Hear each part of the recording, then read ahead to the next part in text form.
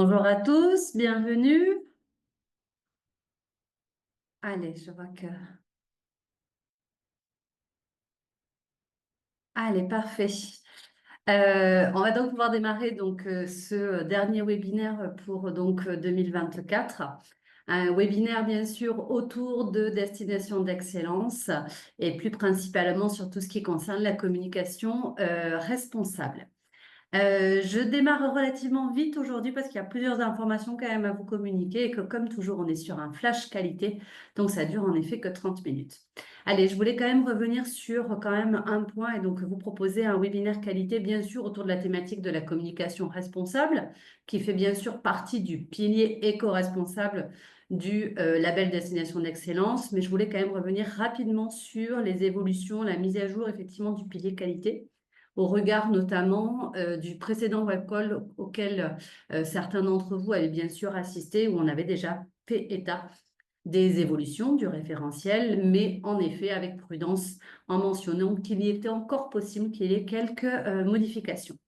Et puis, bien sûr, on reviendra sur la communication responsable, hein, bien sûr, autour du pilier responsable. Alors, rapidement sur les évolutions, sur les modifications du pilier qualité. Tout d'abord, sachez que le guide méthodologique est sorti fin novembre. Il a d'ailleurs il y a eu, pardonnez-moi, une mise à jour au 1er décembre. Et le guide méthodologique est accessible sur le site d'Atout France, donc Destination d'Excellence. Et là, vous retrouvez donc l'ensemble des éléments à date, hein, qui concerne bien sûr chaque filière, dont bien entendu la filière des offices de tourisme. Dans ce guide méthodologique, il y a quand même un élément qui est très très important et qui concerne ce qu'on appelle les critères rattrapables et les critères non rattrapables.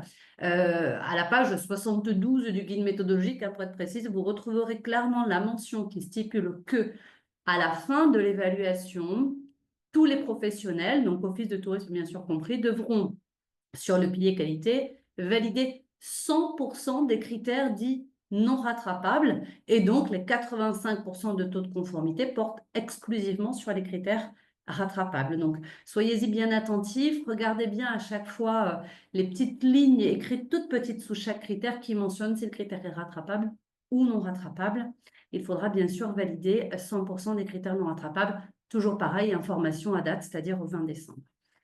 Sur le pilier éco-responsable, tous les critères sont non rattrapables. De fait, on ne retrouve pas cette spécificité, mais je vous encourage voilà, à y être attentif car certains critères dits liés à la prestation client mystère comportemental vont être en effet sur du non rattrapable.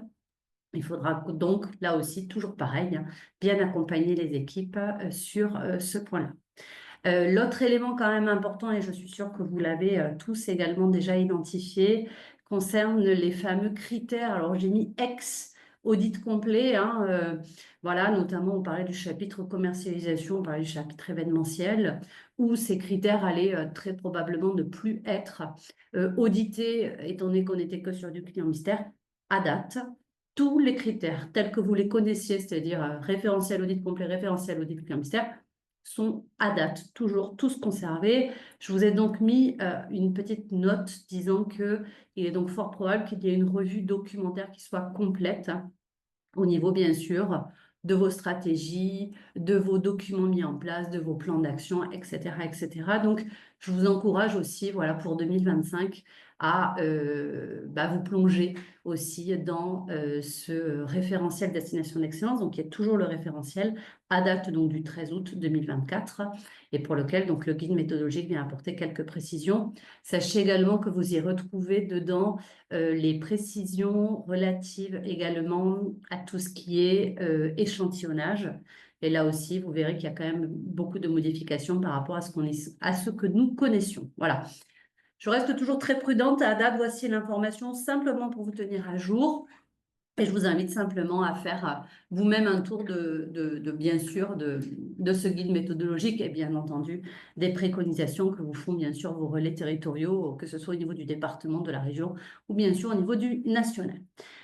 Allez, je bascule sur la thématique clé de notre session du jour. Nous allons donc parler de la communication responsable. Et pour parler communication responsable, malgré tout, je voulais vous proposer rapidement de regarder ensemble, voilà, typiquement, si je vous montre cette photo, hein, est-ce que ce message pour vous de cette campagne est-il responsable?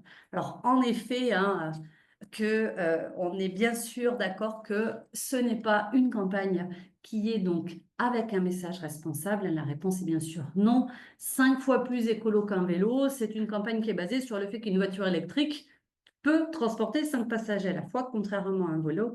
Mais cette affirmation est complètement fausse parce qu'elle induit le consommateur en erreur. Sachez d'ailleurs que l'entreprise qui l'avait publiée avait été tout simplement, comment dit-on, condamnée à retirer, bien sûr, cette campagne. Deuxième petit point, cette campagne-là également, je vous la mets en grand. Hop, c'est une campagne d'Amazon qui dit je ne pensais pas pouvoir faire bouger les lignes, mais j'avais tort. Je fais partie de l'équipe de développement durable et quand on a une idée pour améliorer les choses, on a la satisfaction d'être écouté et de voir certaines idées se réaliser. Par exemple, avec mon équipe, nous avons fait adopter l'éco-pâturage à plusieurs entrepôts de France. Donc, c'est en effet ce que nous dit cette campagne publicitaire, ce message publicitaire donc de Amazon. Et vous vous en doutez, là aussi, hein, cette campagne met l'accent sur un engagement qui est l'éco-pâturage, hein, qui a des impacts faibles par rapport à l'impact du business finalement d'Amazon, hein, que ce soit le transport, les conditions, etc. Mais communiquer quand même sur cet engagement est complètement disproportionné par rapport à l'impact dans le bilan de la marque, hein. Cette publicité a d'ailleurs, sachez-le, été très pointée du doigt, notamment par une association qui s'appelle Un Réveil écologique, qui avait fait un calendrier de l'avant du greenwashing. Chaque jour, il venait justement condamner, en tout cas mettre en lumière une entreprise qui communiquait d'une façon non responsable sur une donnée soi-disant responsable. Donc attention, quand on parle de communication responsable, on est bien sûr attentif aux messages que l'on envoie. Et puis simplement pour conclure juste sur cette introduction de communication responsable autour d'un message, je viens chez vous en Occitanie pour cette campagne effectivement faite par le LOT. Je vous la mets en grand, hein, le LOT, le spot où on apprécie enfin ses voisins. Donc là, en effet, on est bien sur une campagne qui est une campagne complètement responsable, c'est-à-dire que le message n'induit pas le consommateur en erreur.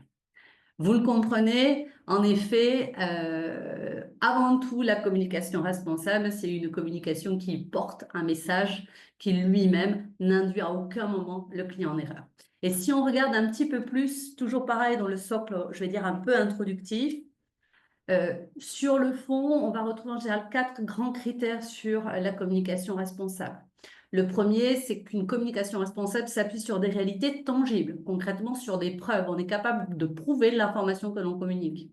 C'est une communication qui est soucieuse des impacts environnementaux et sociétaux, de ces messages, mais aussi bien entendu de ces supports. Et nous verrons ensemble que sur en effet, notre référentiel destination d'excellence, on a des éléments à la fois sur le message, mais on a aussi des éléments, bien sûr, sur l'ensemble des supports.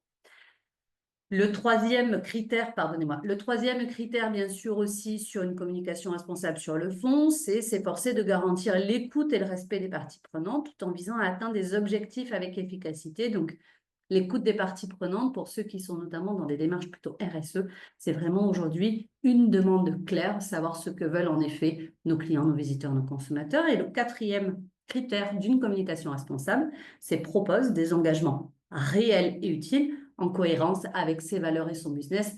Et si je reviens effectivement sur l'exemple du lot, on est pile dans cette information-là, c'est-à-dire qu'on met bien en avant des engagements utiles en cohérence avec des valeurs et bien sûr son business. Au niveau du... hop, toujours sur la communication responsable, on était sur le fond de ce que c'est, hein, sur la forme quand même. Hein, là aussi, très rapidement, quelques clés sur la forme. Oups, vous n'allez pas y voir comme ça. Donc, sur la forme, une communication responsable ne montre pas de comportement contraint à la transition écologique. Donc là, c'est vraiment sur le visuel. Hein. Ça témoigne aussi de la diversité culturelle. On va notamment y retrouver des signes liés à tout ce qui va être l'inclusion, par exemple. Et puis, bien sûr, ça lutte contre les stéréotypes et les biais cognitifs. Pour vous donner un exemple, alors pas du tout dans le monde du tourisme, mais par exemple sur tout ce qui est stéréotypes et biais cognitifs, on a typiquement voilà, les campagnes Gillette qui ont, pour, vous savez, le rasage pour les hommes qui a fondamentalement évolué, complètement changé, où en effet on ne met plus en avant la virilité de l'homme, qui était vraiment un stéréotype, mais plutôt, au contraire, on féminisera un peu plus celui-ci. Sur la notion quand même du biais cognitif, hein, je voulais aussi juste revenir sur le fait que quand on parle d'un biais cognitif dans sa communication responsable, hein, c'est qu'en fait, c'est quand on met en place un schéma de pensée un peu trompeur, en fait, hein, qui va fausser notamment la prise de décision. C'est clairement sur ces biais-là que repose en principe notamment le marketing d'influence, hein, que nous connaissons aussi bien. Donc, attention, quand on fait de la communication responsable, on est très attentif en effet à ces biais cognitifs. Allez, c'était le socle introductif de la communication responsable. 4 critères de fond, 3 critères sur la forme, et vous le voyez, des campagnes sur lesquelles on doit être attentif au message. Si j'en reviens de manière beaucoup plus pragmatique à notre référentiel destination d'excellence, on va y retrouver donc un certain nombre de critères. Donc, je me suis positionnée sur les critères de 184 à 191, hein, si vous voulez en effet reprendre par la suite le référentiel. Donc, le critère 184, si on le regarde juste rapidement ensemble, donc il nous dit quoi? Il nous dit que, hop, qu'au moins un appareil multifonction existe, donc scan, copieur, flexible, afin d'éviter les achats inutiles. Bon, c'est assez simple, là, vous le comprenez. C'est finalement souvent les photocopieurs que vous avez dans les offices, hein, dans les bureaux. Donc là, typiquement, par rapport demain à l'audit, ben, une photo, le contrat d'entretien ou le contrat de location, le visuel au moment du débriefing avec le client mystère permettront en effet de répondre favorablement à cette question. Concernant également le critère suivant, donc là on est sur le 185, on nous dit l'établissement veille à prolonger le plus possible la durée de vie des appareils, à ne pas les remplacer trop vite par des neufs, ou on achète du matériel reconditionné. Alors là pareil, hein, on est vraiment sur des... Hop, pardonnez-moi, je n'arrive pas à revenir en arrière, voilà. On est sur le fait d'avoir, tout simplement, comme on le dit, hein, c'est vrai que ne pas remplacer le matériel va forcément limiter notre impact aussi sur l'environnement. Là, pour vous, au niveau de l'Office de tourisme, pour pouvoir apporter les preuves potentiellement que vous êtes dans cette dynamique-là, nous, on va vous encourager à avoir, par exemple, une politique d'achat qui définit les règles de sélection des produits, les règles, bien sûr, aussi de conservation des produits et qui permettent, entre autres, de valider ce critère-là. Vous pourriez aussi très bien avoir des politiques au travers d'achat et donc tout simplement de pouvoir présenter potentiellement des factures au moment de l'audit sur des appareils achetés sur des systèmes, des sites ou des entreprises, hein, qui travaillent principalement sur finalement ce qu'on va appeler un peu le seconde main, hein, et qui fonctionne notamment sur les appareils numériques, électroniques, mais également sur certains mobiliers. J'ai souvenir d'avoir travaillé avec un office de tourisme qui avait réaménagé tout son office de tourisme, en tout cas une grande partie de l'office de tourisme, en utilisant tout simplement du mobilier qui était comment dit-on, en seconde vie et qu'ils avaient pris tout simplement dans des associations de type Emmaüs ou l'Abbé Pierre. Donc ça, c'est effectivement aussi des choses tout à fait possibles. Ensuite, nous avons le critère numéro 186. Donc le 186, unité pour les usages internes, la connexion Internet filaire est privilégiée lorsque c'est possible plutôt que l'utilisation du Wi-Fi ou du réseau mobile, hein, notamment on parle ici bien sûr de la 4G qui est beaucoup plus énergivore. Donc là, on a effectivement une information qui nous dit très clairement que on a quand même un impact carbone qui est beaucoup plus important avec des connexions effectivement Wi-Fi et encore plus avec des données mobiles. Et donc, on va privilégier le filaire. Et pour ça, pour vous, c'est assez simple, hein, c'est pareil, c'est du visuel, c'est une attestation éventuelle, mais ça peut être vite contrôlé au moment de l'audit, bien entendu, si la majorité des postes informatiques de l'entreprise sont bien sûr câblés et ne sont pas sur des systèmes Wi-Fi. Le critère 187, Donc, on est sur un critère qui est bonus, hein. Vous vous souvenez, les critères bonus, ce sont les critères qui, si vous ne les remplissez pas, ne vous retirent pas de points, mais pour autant, si vous les remplissez, qui vous accordent des points. Attention toujours quand même sur ce pilier co-responsable, il y a beaucoup de critères bonus, donc il est quand même important d'en valider un certain nombre. Alors, au niveau de ce critère bonus 187, on nous dit que pour les équipements informatiques ou numériques, l'établissement privilégie les matériels qui sont porteurs d'un écolabel européen, hein, donc TCO, IPIT, etc. Donc, ce sont des labels, donc en effet, qui permettent de donner une indication sur aujourd'hui l'empreinte notamment vos outils numériques. À savoir quand même que celui qui est le plus ancien, il n'est pas noté, mais c'est Angel Blue en fait, hein, et comment dit-on, c'est un label qui date de 1978. Donc déjà en 1978, on était quand même avec des consciences, on va dire, un peu plus environnementales sur les produits numériques. Mais après, voilà, vraiment, l'écolabel européen, bien sûr, c'est chez nous. Et le TCO et l'IPIT sont plutôt des labels qui sont plutôt internationaux. l'IPIT, notamment, est américain. Je vous ai mis un lien, hein, vous retrouverez comme d'habitude cette présentation sur le site du CRT Occitanie. Et dans cette présentation, vous avez un petit lien, vous voyez juste en dessous, là, hein, voilà. Et sur ce petit lien, c'est un mémo, en fait, sur justement ce que sont ces labels et pour vous permettre de les repérer. J'attire quand même votre attention par rapport à ce critère-là sur les labels. Il est clairement noté que le label Energy Star n'est pas reconnu comme un label pour ce critère 187 pour une raison simple, c'est qu'il ne touche exclusivement que la consommation électrique et donc de fait, il n'est pas considéré totalement comme écologique. Hop, allez, j'en viens au critère numéro 188, pardonnez-moi. Donc, le critère 188, on nous dit l'Office met en place des pratiques de communication responsable. Donc là, c'est quand même un critère assez large. Je vous ai mis quelques exemples, en effet, hein, sur ce que l'on pourrait avoir comme action en matière, effectivement, de communication responsable. Donc, tout à l'heure, bien sûr, on a parlé de tout ce qui était lié, notamment au message, sur le fond et sur la forme.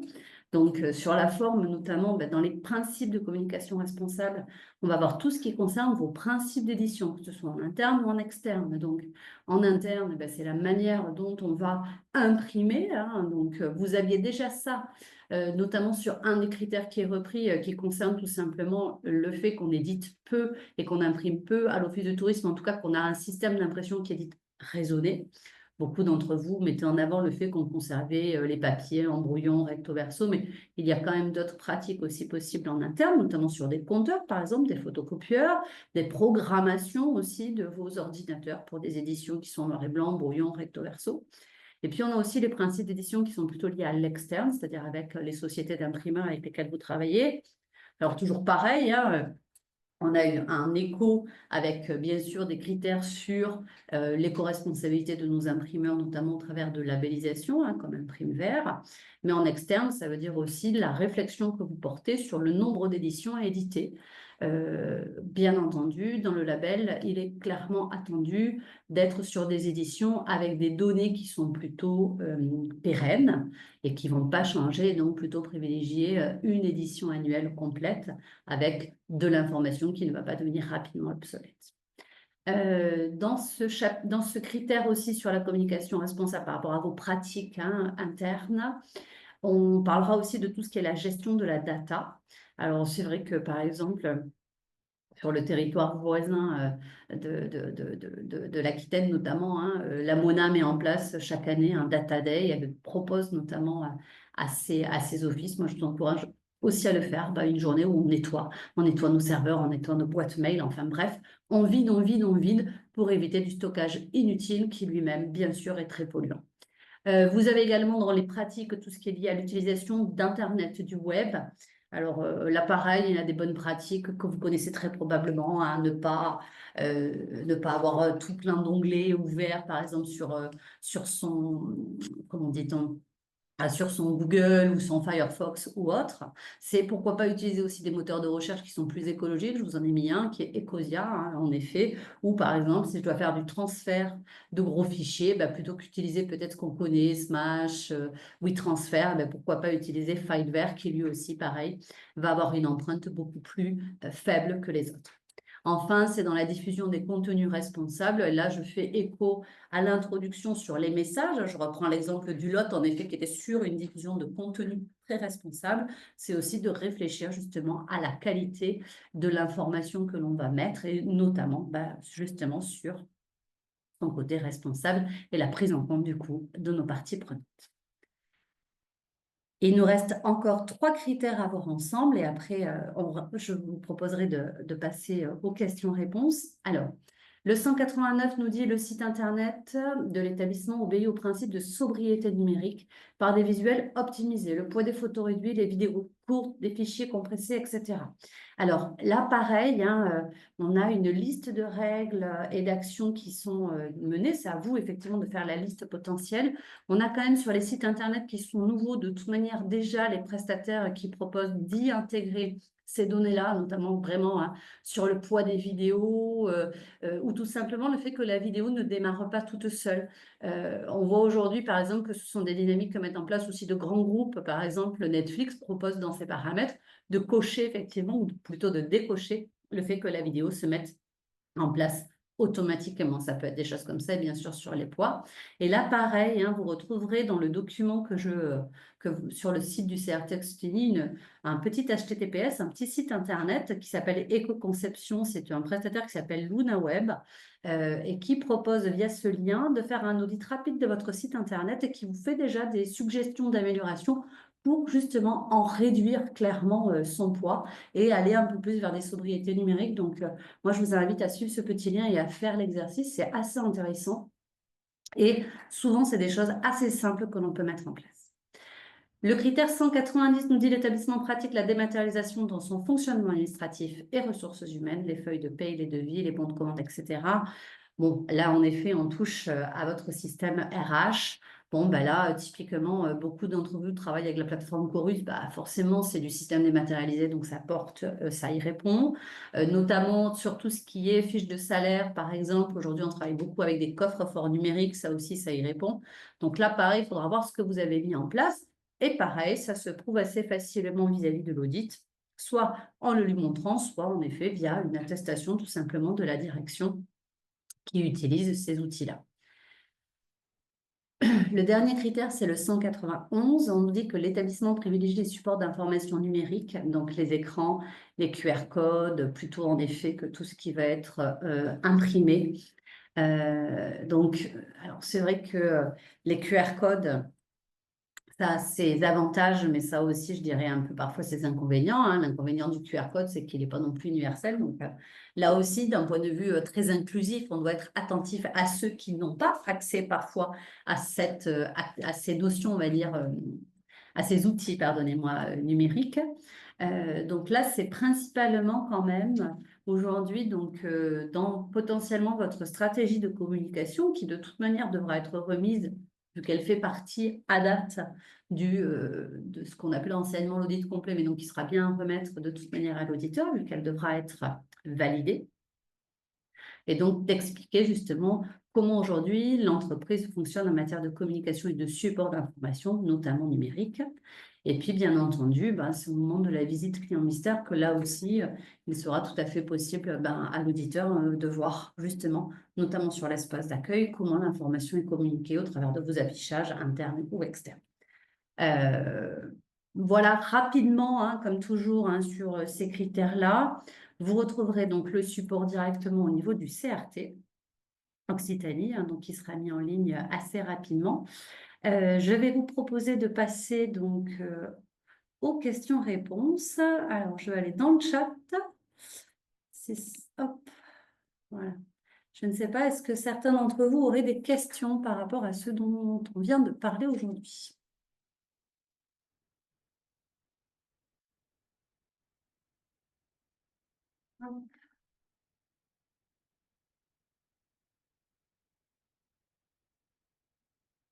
Non, je ne vois pas de questions. C'est clair pour tout le monde?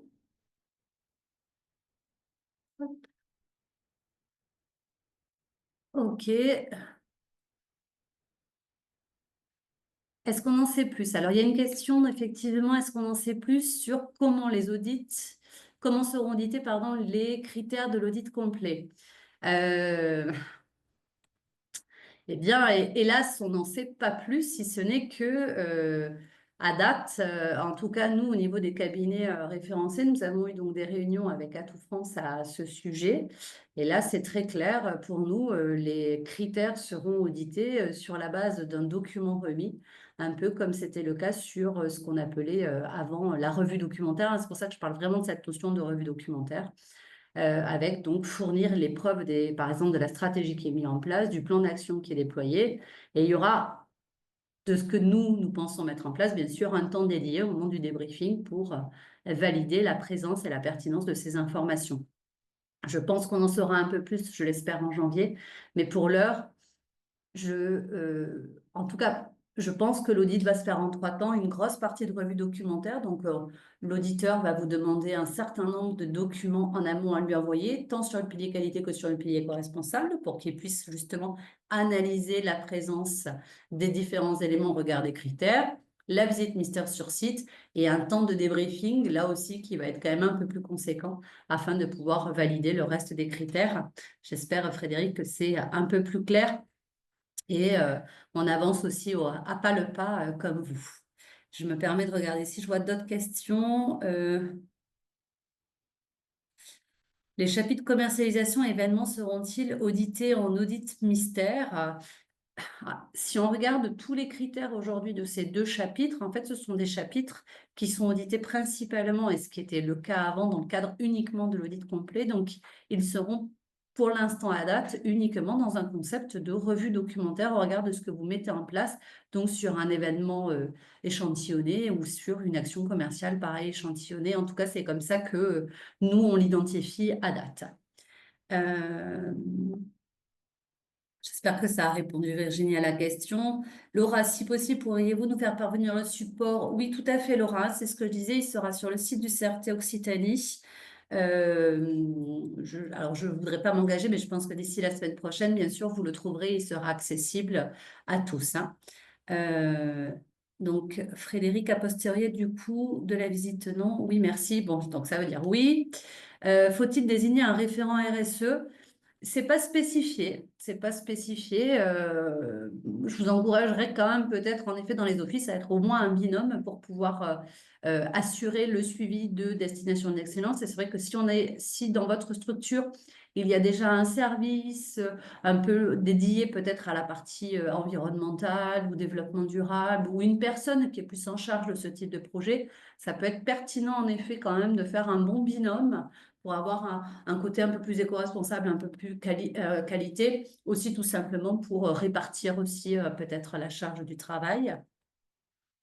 Donc Marie me dit en 3 temps donc, audit doc en amont, test mystère et un audit le jour J sur place. Alors c'est à peu près en effet ça, hein, Marie, avec en plus voilà, un débriefing qui sera quand même forcément un peu plus long, étant donné qu'il y a quand même beaucoup plus de critères du coup à auditer, même si c'est en amont, pendant et après. Mais oui, ça sera effectivement sur ces 3 temps-là. Je crois qu'en effet, il n'y a plus d'autres questions. Bien entendu, on se retrouve en 2025 pour de nouveaux webcalls et dès que, voilà, à chaque fois, si on a plus d'informations, si on a plus de précisions aussi à vous faire, je ne manquerai pas de vous les transmettre au moment de ceci. Il est 28, il n'y a pas d'autres questions. Donc écoutez, moi, je vous souhaite surtout de passer à tous de très, très belles fêtes de fin d'année. On se retrouve en 2025, prêt pour ce super label Destination d'Excellence. Et surtout, bah, écoutez, à bientôt. Bye bye.